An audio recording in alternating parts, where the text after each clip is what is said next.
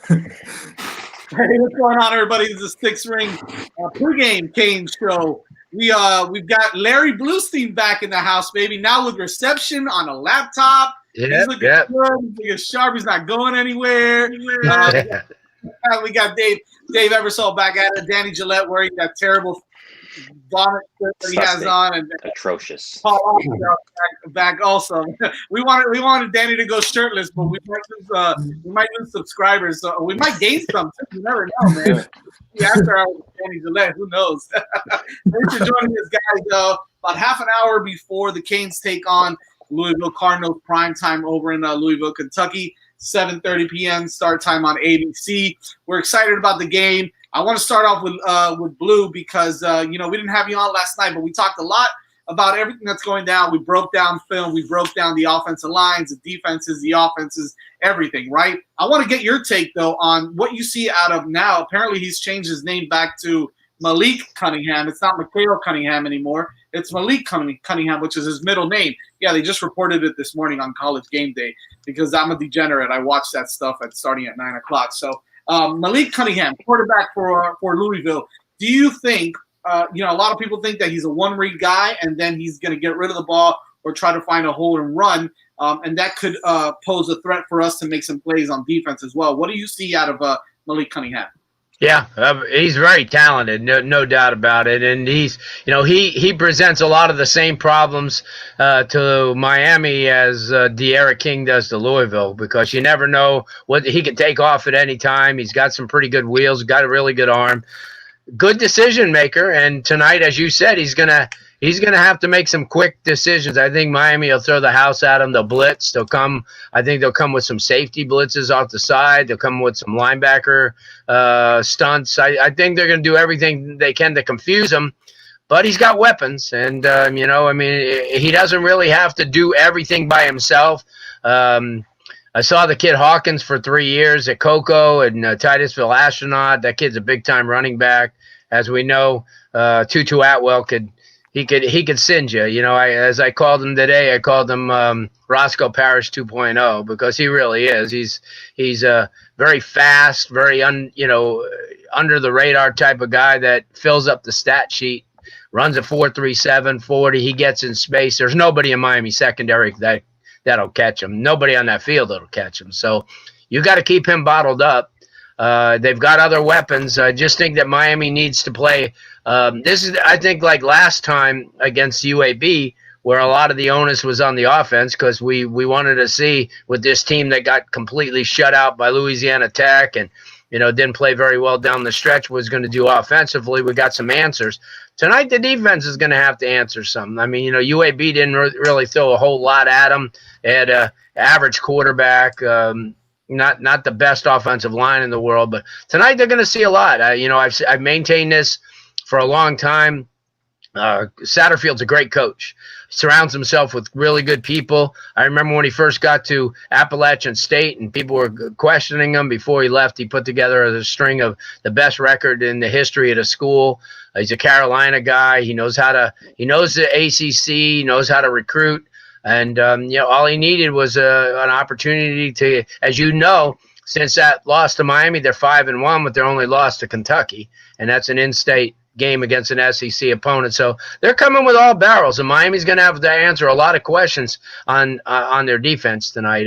Ivy's, whoever plays, whether it's Ivy or anybody that plays that corner, they better be ready because, they watch the same film everybody else does, and they're going to pick on him, and they're going to pick on anything that remotely looks like a weakness. So I think the onus is on Miami's defense tonight, guys. I think that we've proven offensively that De'Ara King is such a magician with the ball, and you have such a really good running game, and the offensive line has improved quite a bit. But also it bothers me, and Jazz, I said it to you last week, and Paul, the same thing.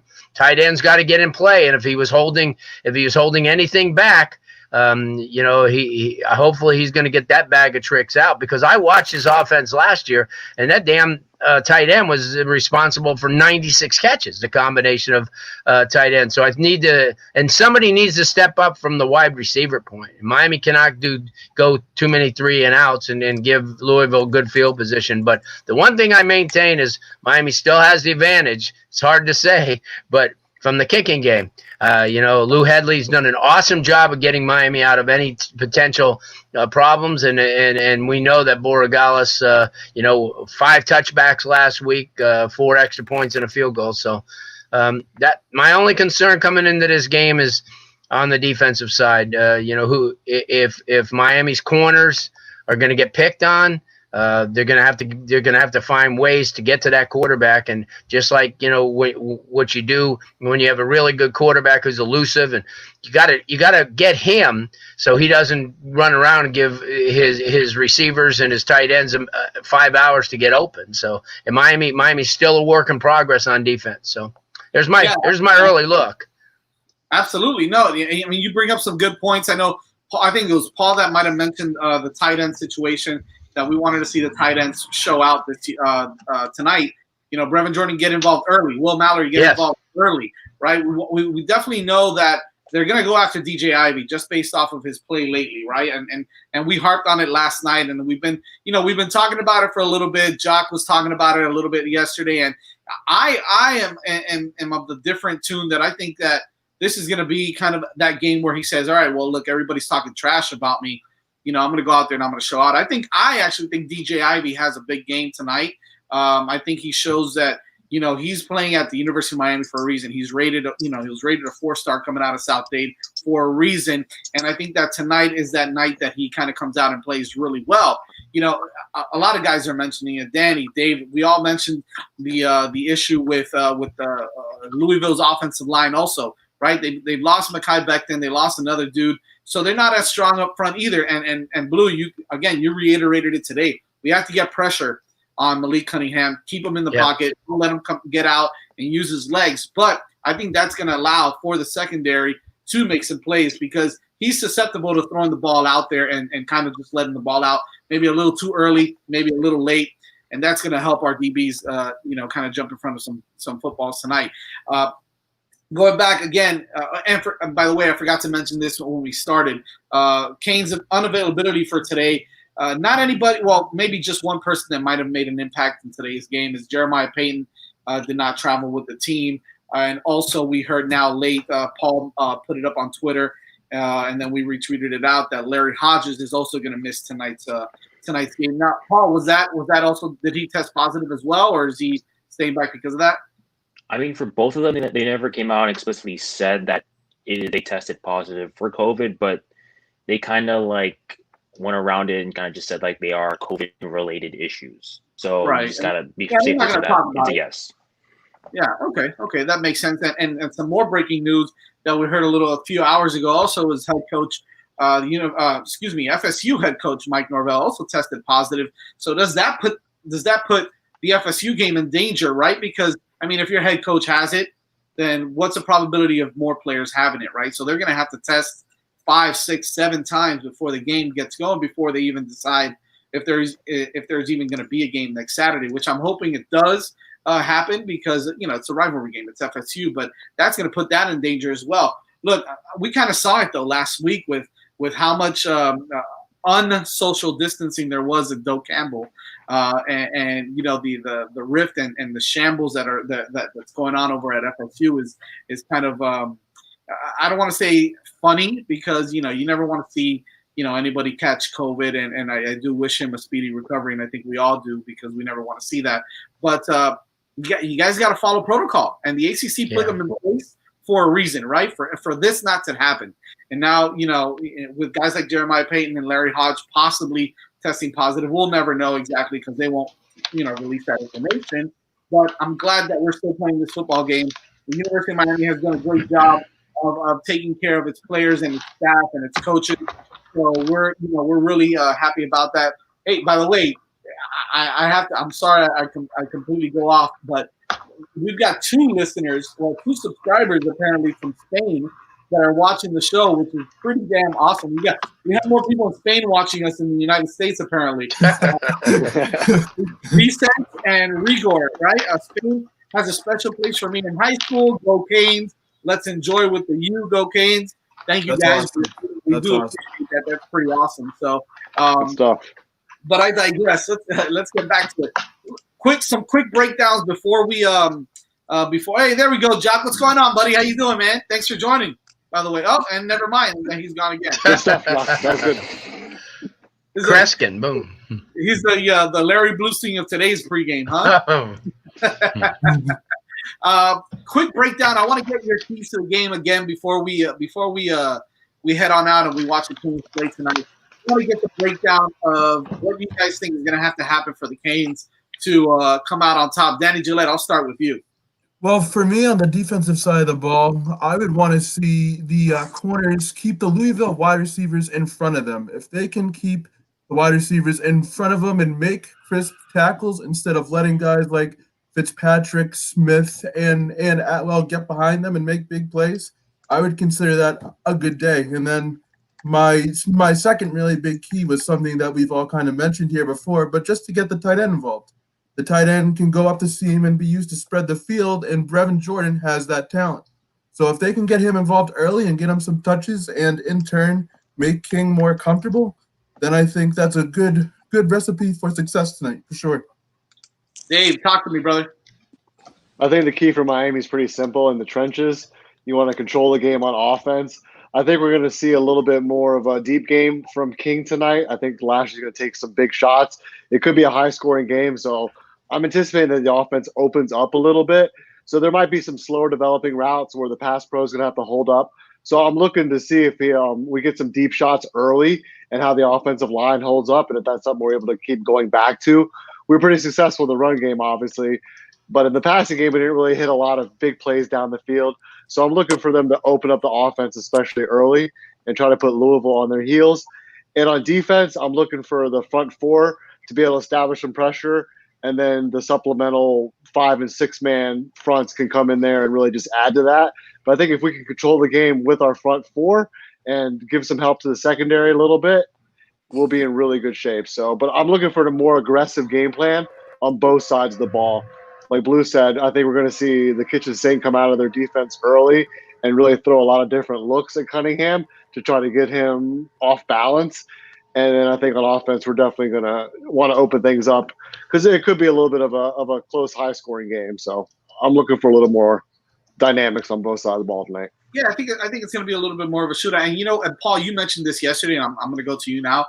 The third quarter of that game last week was a microcosm of what we're probably going to see more of this week, tonight, right? A little more airing it out, getting out of the pocket, rolling out, dropping the ball off to the tight ends, letting them get some run after the catch, maybe taking some deep shots, things like that, right, Paul?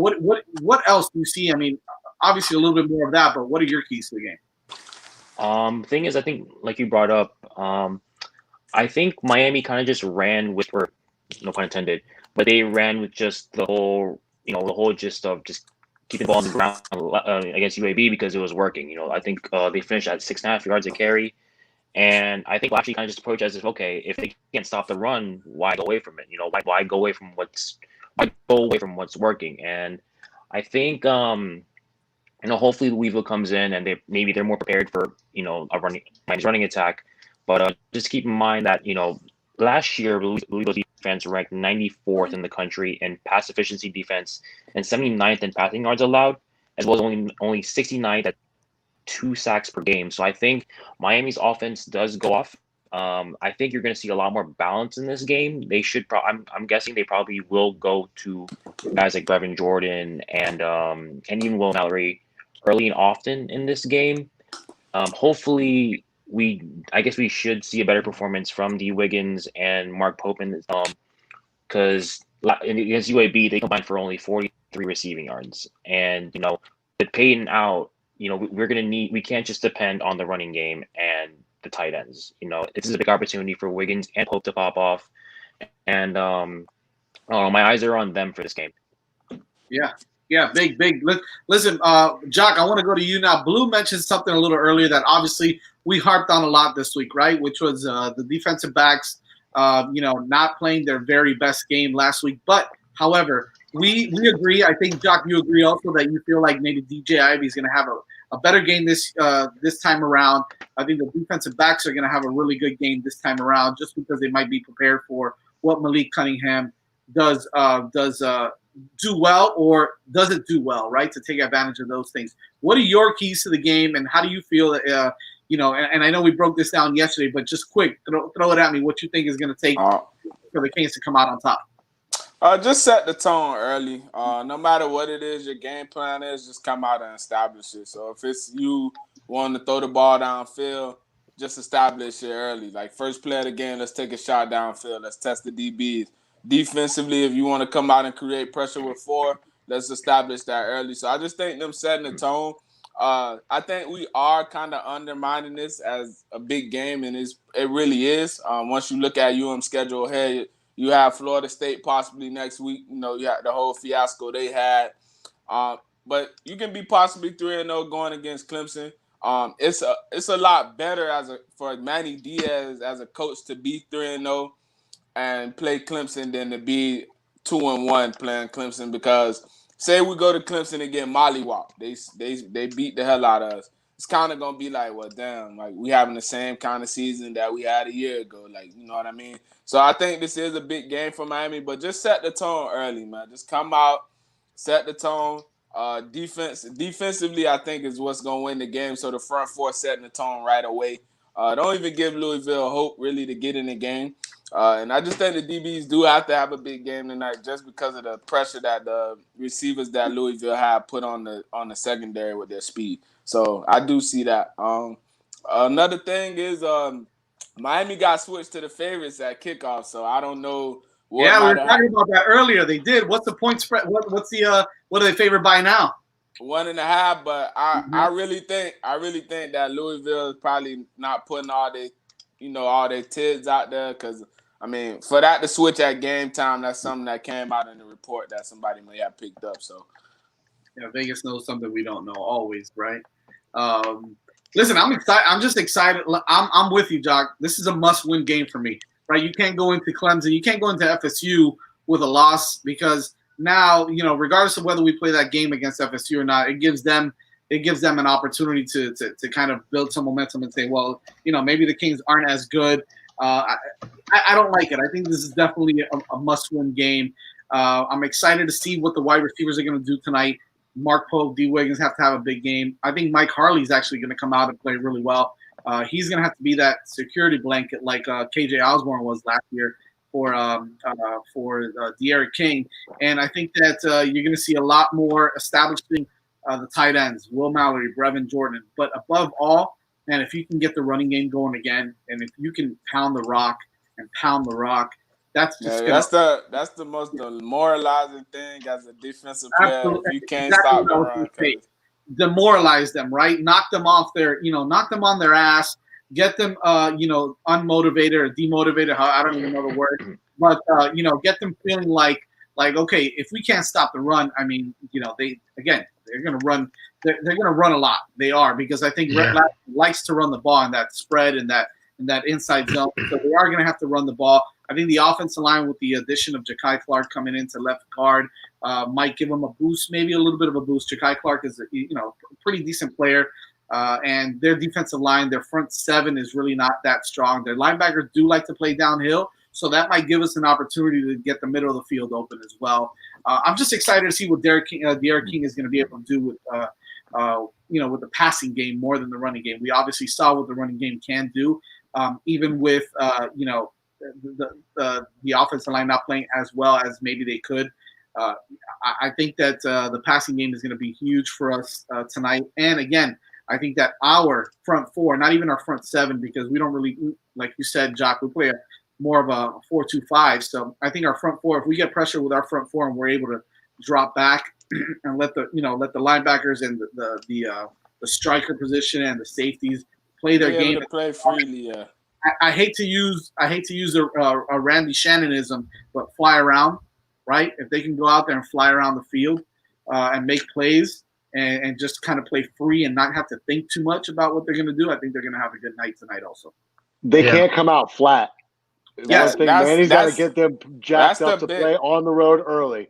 Like we've talked about, Manny's got to coach them up. They can't come out flat and, timid early. And then it gets a slugfest game. The next thing you know, it's kind of a grind into the third quarter. Yeah, we got to come out early with the intensity from the jump. It can't come out and kind of just ease into the game.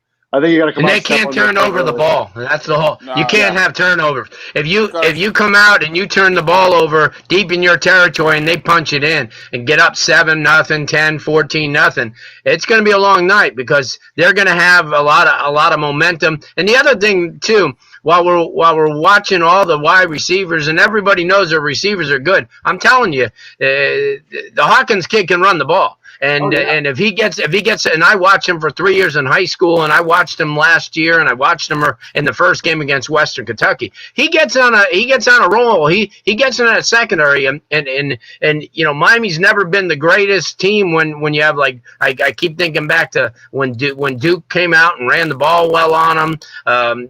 Teams can run the ball on them, and then they start getting back in their heels a little bit. But this is one kid that can do it. And so we can't just concentrate on Tutu Atwell and the passing game. You're going to have to pay some respect to the running game, because if you especially if you fall behind, they're not going to want to put up the ball as much. They're going to try to ground it out and keep the clock running. So one thing, the turnover is huge. You cannot turn the ball over. Going in or early or down in your territory, you cannot turn that ball over because they don't need help. They're at home. Yeah, and that's another thing, right? We pounded them. We kicked their butt last year, but it was at home. Yeah. We put 50 points at home. Now they're on their own home field, and I know it's only 12,000 fans, but it doesn't matter, man. It's you're on the road, you traveled, and now you got to face them there, and they're excited about playing this game. They're ranked. They feel like a good team, so I think that's the danger, like you said. The only thing with the Hawkins kid that Miami can take him out the game easily, because Western Kentucky kind of was doing it in the beginning, is their defensive line has to play downhill because they run a zone scheme, so they cannot let their offensive linemen be reach blocking to the second level, because then that's creating the cutback lanes, the gaps in the zone run. So kind of like it's cliche to say they have to have them playing like elephants in the parade. Like that's how the offensive line is. If you guys watch the Steelers and the Giants, they was trying to run that zone scheme, and the Steelers was just blowing it up at the beginning. So that's why Saquon never could get going downhill. So they have to play in their gaps, because the zone scheme is designed to create cutbacks, because that's why those guys flying. That's why they reaching up the field like that, sideways zone scheme. And it's easy to set up the play action pass with the misdirection. So long as they keep him from not getting his shoulder squared to the line and getting downhill, he'll be fine. Like I said, Louisville's going to come out probably playing hard, but Miami cannot afford to come out flat because they'll get blowed out. Absolutely. Yep. Some score again. Are we going to keep the scores that we did last night? Are you guys still comfortable with the scores you got now? I had a few drinks. I don't remember what I said. This is why we do the pregame show. I'm not surprised. I pregame the pregame. Do we play Georgia Tech this year? Yeah, we do. Yeah, you do, and you lost to them at home last year, and you got to go up there. Believe me, UCF's right behind Florida in this state right now, and that's a good football team. Yeah. I want to see how Miami play against Sims later on in the season, because that kid is gonna be a superstar. Well, they got a running back too that's a freshman that was one of the best in the country last year. How they got him? He's another Reggie Bush type of guy. If he gets on track this year, they're going to be tough. Listen, it just shows you how football changes from one week to the next. I mean, they were really good defensively against Florida State. I know Florida State's not the best, but and they played UCF well for the second and third quarter. But I'll tell you what, UCF comes at you with a lot of weapons, and they got a quarterback who loves to throw long. See, that's the one thing that's so underrated about college football, that when you have a quarterback that could throw long, you loosen everything else up. Jock, you'll tell them, you loosen everything underneath, and Yeah, this guy's not afraid to throw 60, 70-yard passes. So that means that they're open. So everybody's playing back and guarding against that. So you could do those screens. You could do other things, and they'll work for 25. They had a tight end screen earlier today that if you played it, against an Alabama, they would have chewed it up. But they got everybody so far back, the guy went 52 yards. And that kind of, especially when Georgia Tech was playing well. But, yeah, UCF's really good. Georgia Tech is a well-coached team. He's undermanned. He's trying to, completely renovate what Paul Johnson screwed up down the, if you saw what Paul Johnson left, when he, forget it. That Georgia Tech team was like 1AA, they lost the Citadel, so. But now they're getting better, and that's what I'm saying. You have teams like that in Boston College and Louisville with coaches that are really, really good, and I mentioned that last week. The ACC's got some really good young coaches coming up, and hopefully if Manny can come up with a win tonight, he could answer that. Yeah, because it's really at the top right now is Clemson and everybody else. Yeah. So I think Miami has a chance. Manny Diaz has a chance to establish himself as one of those. And Miami can establish. The ACC is underrated. I really do. Yeah, because there's a lot of good teams in there. There's a lot of parity. There's a lot of Everybody's pretty even. But everybody else is pretty even in there and going at it. So it's a good conference. It's a strong conference. I know the ACC is always, but you know what? The bottom half of the ACC is not as strong as most of the guys in the ACC. The ACC is pretty solid. Pretty even. Yeah, I agree. And you got good teams. Like I said, you got North Carolina. I mean, they have an OG running the show, but he's been around. But at the same time, you have a team like Boston College. You got a program like Pittsburgh, who has a lot of weapons and like 12, 14 kids from South Florida. So, yeah, everybody in that conference is good. Wake Forest, anybody who plays Clemson. Jock, you're right. I mean, it's, virtually we should just kick their ass into the SEC and let's play ball. Well, like I said, I do see Miami winning tonight. I just don't know how. Like, I want to say it's high scoring and close. I did see the pregame retweet that you guys with Jose kicking a 60-yard field goal, man. Like, damn, like it could come down to that. That simple. I know that if we take it with a grain of salt with what he says on game day, but Lee Corso even said it. He goes, I think it's going to come down to the kicking game, and Miami's got the edge there. Anyway, you spin it, right? That's a strange thing to say. I'll tell you right there. And Miami has an advantage in the kicking game. Wow. Neither one of them knew his name. Neither one of them knew it. They did it. We might be screwed because Lee Corso picked us to win, so I don't know. God bless the FIU kicker. Yeah, God bless the FIU kicker. Ain't that right? Yeah. Miami in this one. Listen, we got a couple minutes left, so I definitely want to get your score predictions again one more time before we get out of here. We'll start with Danny Gillette over there. I don't know, man. Do we give Danny Gillette any time? Be quiet. That's the wrong green, man. You love hearing yourself talk. My prediction is 35-21 Miami. 35-21. Paul, what do you got? I said 35-17 last night. I'm going to change it to 35-13 Miami. Wow. Okay. All right. Jock, what do you got? 38-35 Miami. 38-35. David Eversole. 41-28 Miami. 41-28. Blue, talk to me, brother. 34-24 Miami. 34-24. I still got it at 34-28. I think it's going to come down again to a defensive stop. I think the Canes are going to get it done. 17 minutes. We 17 minutes from kick, fellas. 17 minutes. Let's go. Hey, but Dave gotta go. Dave gotta go so he can go be on the Heat pregame show. The Heat. Hey, listen, we're gonna give love to the Heat. It's a big night, man. It is a big night. But think about this. If everybody was playing, this game would have been on the Division III network. I'm telling you. If you had Big Ten playing and all those, you got to know that this wouldn't have been a marquee matchup. This is where we've fallen in college football without these other. But like I said last week, though, well, I don't know if I said it, but I was talking to one of my close friends. it's actually so good for the players who trying to establish themselves as players and giraffe players because you're getting all the prime time shine. Yeah. Hey, dude, let me tell you something. Georgia State and freaking Louisiana were on freaking national TV. I don't think anybody in Wyoming knew a kid on that damn team, but they were on. Well, now they will. Now they will. And by the way, Jay Dupree, no, you don't. You don't want that. You don't want none of this smoke. You don't want none of this smoke. We love you guys. Thank you guys for coming on. All right, man. Starts in about go Canes. Thank you. Go Canes. Let's go. Post-game show after the game. Go Canes.